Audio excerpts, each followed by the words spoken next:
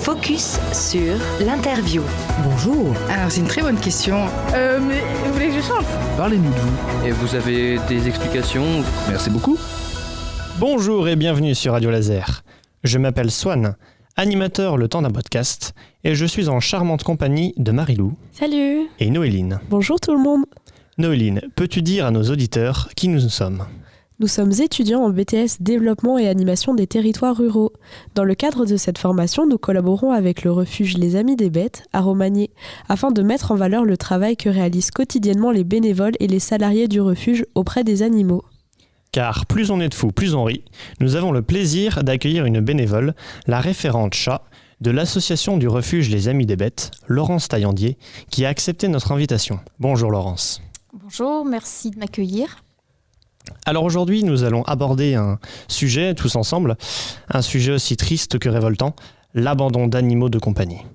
Comme on peut l'entendre souvent, chaque année, des milliers d'animaux sont abandonnés sur les routes ou bien dans les refuges. À ce jour, la France compte plus de 500 refuges animaliers. Vous vous rendez compte de ce nombre ? C'est beaucoup. Les refuges accueillent donc des animaux de différentes espèces, que ce soit des chiens, chats, lapins, furets, oiseaux, reptiles, etc. Ils peuvent avoir été abandonnés pour différentes raisons ou avoir été sauvés d'un propriétaire dangereux. Ces animaux peuvent être par la suite proposés à l'adoption. Alors, rentrons dans le vif du sujet. Pouvez-vous nous présenter le refuge, son fonctionnement et peut-être nous dire la différence entre votre refuge Les Amis des Bêtes, dont vous êtes l'ancienne vice-présidente, je le rappelle, et un refuge SPA, car vous avez un statut associatif, c'est bien cela ? Oui, c'est ça. Alors, le refuge a été fondé il y a à peu près, je pense, une quarantaine d'années. Notre refuge, donc la différence entre notre refuge et les refuges de la SPA en général, c'est que nous sommes indépendants. Nous ne dépendons pas du siège de Paris. Par contre, nous sommes indépendants et affiliés à la Confédération Défense de l'Animal à Lyon, qui chapeaute 250 refuges totalement indépendants. Nous vivons essentiellement de dons. Nous avons quelques conventions fourrières qui nous permettent aussi d'avoir quelques revenus pour la récupération des animaux. Et puis, nous vivons aussi de placement des animaux que nous avons recueillis. Ensuite, le refuge accueille des animaux. Chaque année, un peu plus de 500 animaux que nous accueillons, que nous réconfortons, que nous remettons sur pattes pour la plupart, parce que tous n'arrivent pas en très bon état. Et puis, une fois le délai fourrière passé, et quand ils sont bien remis sur pattes, nous les proposons à l'adoption. Je vous remercie pour votre réponse. J'ai entendu dire que vous organisiez un événement le week-end du 17 au 18 mai. Pouvez-vous en dire davantage à nos auditeurs, s'il vous plaît ? Alors oui, c'est un projet, c'est un week-end adoption qui se déroulera au refuge les 17 et 18 mai. Nous espérons placer un maximum d'animaux lors de ce week-end. Nous accueillerons le public et nous serons tous mobilisés pour proposer nos protégés et leur trouver de bonnes familles. Merci pour ces précisions. Donc, comme vous l'avez dit, votre refuge accueille chiens et chats majoritairement et d'autres animaux. Mais quelle est la capacité d'accueil du refuge ? Combien en accueillez-vous actuellement ? Alors actuellement, nous avons 32 chiens au chenil et entre 100 et 120 chats dans les chatteries. Sachant que notre capacité d'accueil pour les chiens, donc nous sommes autorisés à en recevoir 49 maximum. Et pour les chats, nous sommes prévus pour 80-100 chats à peu près.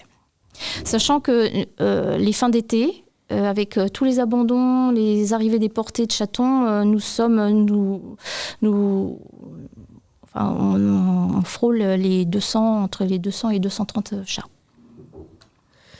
Maintenir des conditions de vie agréables pour ces animaux doit nécessiter beaucoup d'argent, si ce n'est pas indiscret. D'où provient les financements nécessaires à leur bonne santé ? Alors nous vivons de dons essentiellement, et c'est ça l'important, c'est que nous, pour fonctionner, il faut qu'on ait suffisamment de dons parce que les placements, ça aide, mais c'est pas ça qui fait vivre le refuge.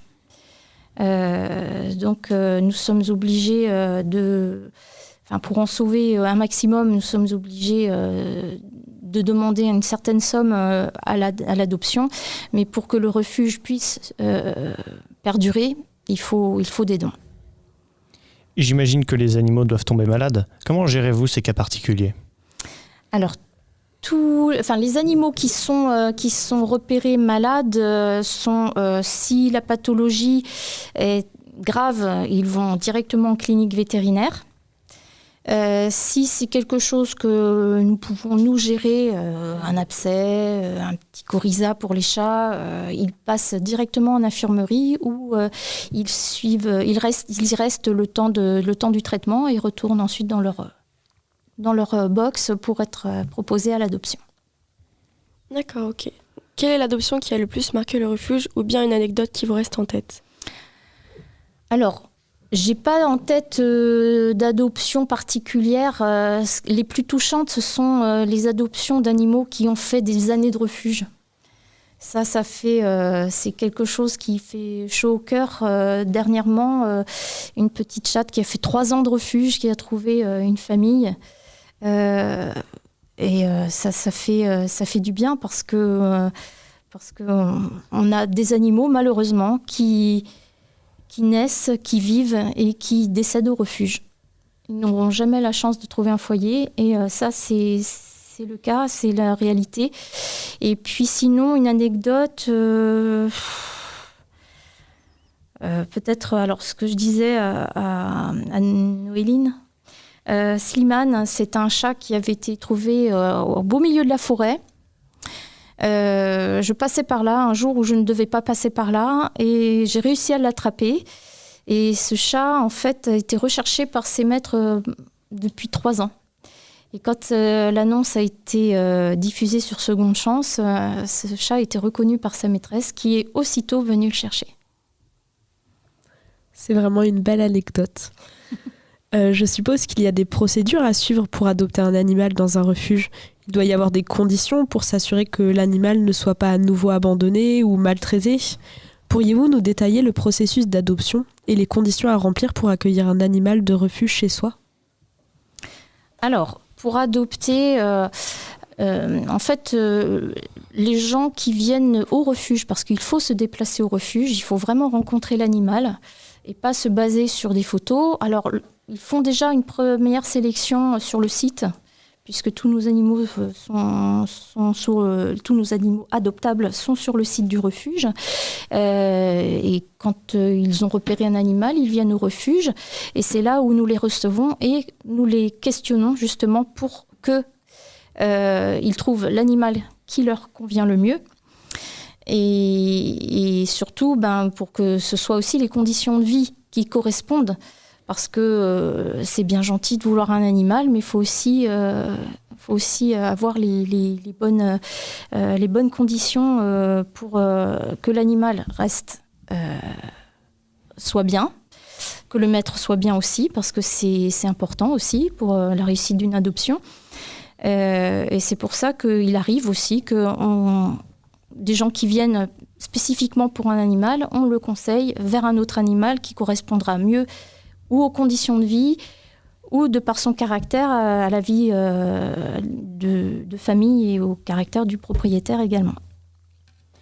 La santé de l'animal est donc le plus important. Merci Laurence, bénévole, référente chat et ancienne vice-présidente du refuge Les Amis des Bêtes à Romagné. Nous vous remercions pour cet échange qui, je l'espère, aura permis à nos auditeurs d'en apprendre davantage sur les enjeux autour de l'abandon et des refuges.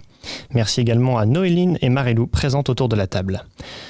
Alors, chers auditeurs, souvenez-vous, adopter un animal, ce n'est pas juste une envie passagère, c'est un engagement, une responsabilité, une promesse. Ils ont aimé sans condition et doivent être aimés en retour.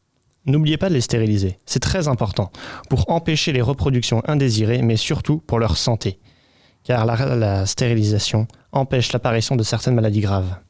Alors posez-vous la bonne question, suis-je prêt à offrir à cet animal une vie optimale ? Et si vous cherchez un compagnon fidèle, regardez du côté des refuges. Eux aussi n'attendent qu'une seule chose, une seconde chance. Vous pouvez contacter le refuge par téléphone au 02 99 98 89 67. Au 02 99 98 89 67. Vous pouvez aussi vous rendre directement au refuge, au lieu-dit 24 Bonnefontaine à Romagné. Merci de votre écoute. Et surtout, n'oubliez jamais, l'adoption sauve des vies. Un geste de compassion, faites un don. Apprendre le journalisme et l'animation avec nos ateliers radio. Plus d'infos dans l'onglet Ateliers radio sur le site internet radiolaser.fr.